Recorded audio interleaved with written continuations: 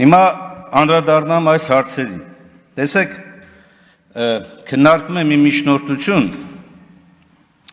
որը ակնհայտ քաղաքական, դասական հետապնդման ձև է եւ օրինակ, դասագրքային օրինակ։ Ամենևին նպատակ չունեմ աջակցել Հովիկ Աղազարյանի, որովհետև նա իր գործունեությամբ մեղսակից այն բոլոր կործանարար հետևանքներին, որոնք ձեր իշխանությունը առ այս պահը բերել է մեր երկրի ու մեր ժողովրդի գլխին։ Բայց տեսեք, այնինչ ներկայացված է այս միջնորդության մեջ եւ այն, ինչ ներկայացնում է ժամանակագրական կարգով, նորից եմ կրկնում, իրավունքի դասագրքերում համարվում է դասական քաղաքական հետապնդման փորձ, միջոց։ 2023 թվականին առաջին անգամ այդ տեղեկատվությունը ունենալով հանդերձ գլխավոր դատախազությունը ոչ մի բան չի ձեռնարկել, հակառակը թողել է, որպեսզի Հովիկ Աղազարյանը եւս 2 տարի շարունակի իր գործունեությունը անձեռնմխելիությունից օգտվելով։ Եթե դա այդքան կարևոր էր դատախազության համար, իրավապահ մարմինների համար, որ արմատախիլ պետք է անել կոռուպցիան, արմատախիլ պետք է անել հանցագործության այն բոլոր դրսևորումները, որոնք հովանավորչություն եւ այլ տարեր են պարունակում, առաջին իսկ ահազանգի դեպքում դա պետք է ձեռնարկել այդ գործողությունները։ Անցել է 2 տարի շուրջ։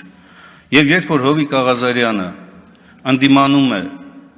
SMS-ով հաղորդագրությամբ գործից ազատվելու պահանջին, երբ որ սկսում է ընդդիմանալ, հանկարծ հայտնվում է այն ցանկում, որտեղ արդեն տարիներ շարունակ հայտնված են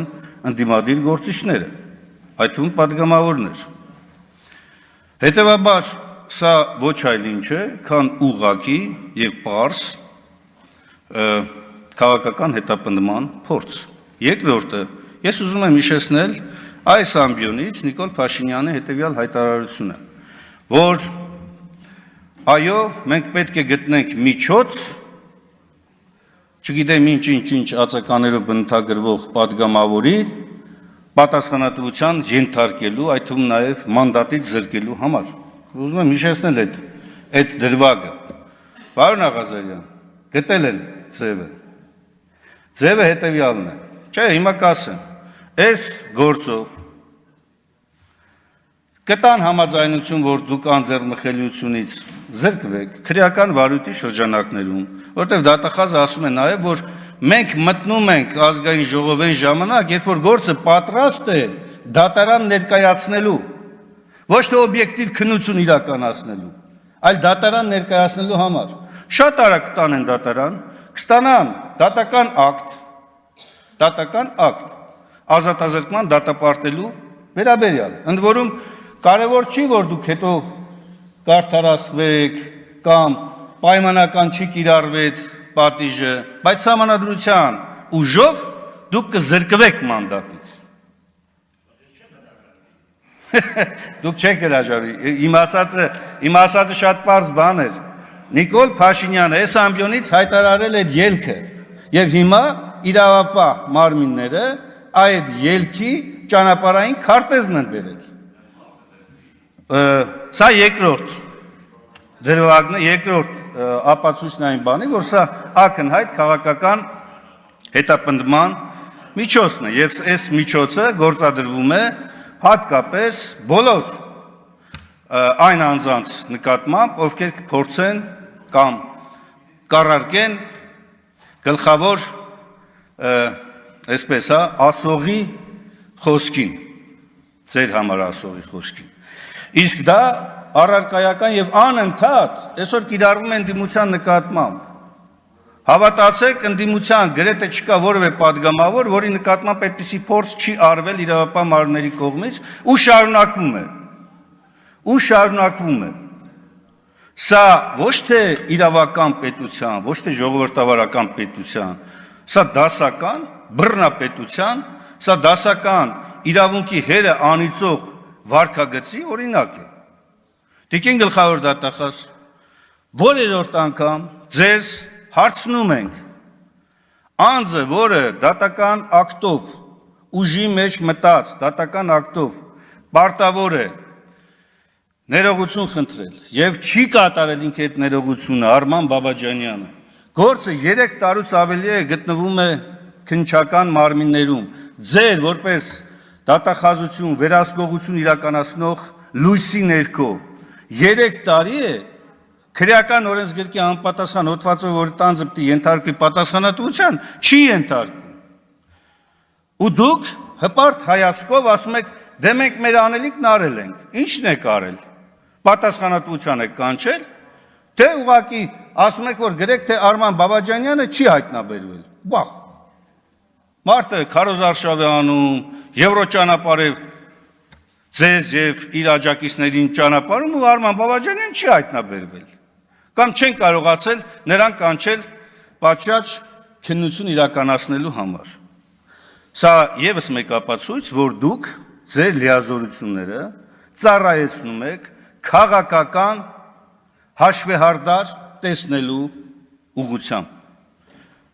Ես համոզված եմ, որ այս բոլոր հիմնավորումները, որոնք Հովիկ Աղազարյանի, ընդդիմադիր բազմաթիվ գործիչների վերաբերյալ դուք ներկայացնում եք, մեծամասնության շատ եւ շատ падգամավորների հեռախոսային խոսակցությունները լսելու, նամակագրությունները նայելու, նրանց գրագրությունները վերցնելու ուսումնասիրելու դեպքում տասնյակ հատորներով գործեր պիտի հարուցեիք։ Ես չեմ ասում դա ճիշտ է, դա կոպտագույն սխալ է։ Բայց դուք փաստորեն բոլոր նրանց, ովքեր որ ընդդիմանում են իշխանությանը, նրանց մասով մանրակրկիտ այս ճանապարհը բռնած գնում եք, իշխանության ներկայացուցիչները, որոնք որ հլու հնազանդ ենթարկվում են ցուցումների, հրահանգների, SMS գրառումների, նրանց նկատմամբ չեք անում։ Կամ անում եք առանձին դարակներում է դրված, որոնք հետագայում պետք է հանեք եւ ներկայացնեք, երբ որ որոշակի զգաք, որ արդեն օբյեկտիվության եւ ճշմարտության դաշտ են ուզում գալ մեր մեծամասնության գործընկերներից ոմանք։ Ես սա համարում եմ դասական նաեւ այն պատճառով, դասական քաղաքական հետապնդում նաեւ այն պատճառով, որ այս ձեր տարիների գործունեության մեջ բացառապես քաղաքական գործերով, քաղաքական հետապնդման, քաղաքական ենթատեքստ ունեցած գործերով դուք բոլոր, գրեթե բոլոր գործերով որևէ օբյեկտիվ, ողջամիտ հիմնավորումներ չեք բերել։ Ավելին բազմաթիվ գործերով նույնիսկ դատարաններում ուղղակի ապացույցները փշրվում ու կոտրվում են։ Եթե պիտի շարունակեք այդ վարքագիծը, որ ծառայեցնեք ձեր լիազորությունները բացառապես քաղաքական հաշվեհարդար տեսնելու ընդդիմադիր գործիչների նկատմամբ, ես չեմ ասում այլ հանցագործների մասով գործեր չեք անում եք, բայց քաղաքական տիրույթում, եթե դուք պիտի շարունակեք ծառայեցնել այդ գործիքը այդ նպատակով, առանց հաշվի առնելով սահմանադրությամբ ձեր վերապահված լիազորությունների եւ նաեւ ձեր այս ամբիոնից տրված երթման հավատարիմ լինելու մոտեցմանը, ապա շուտով նաեւ դուք եք արժանանալու այդ պատասխանատվությանը։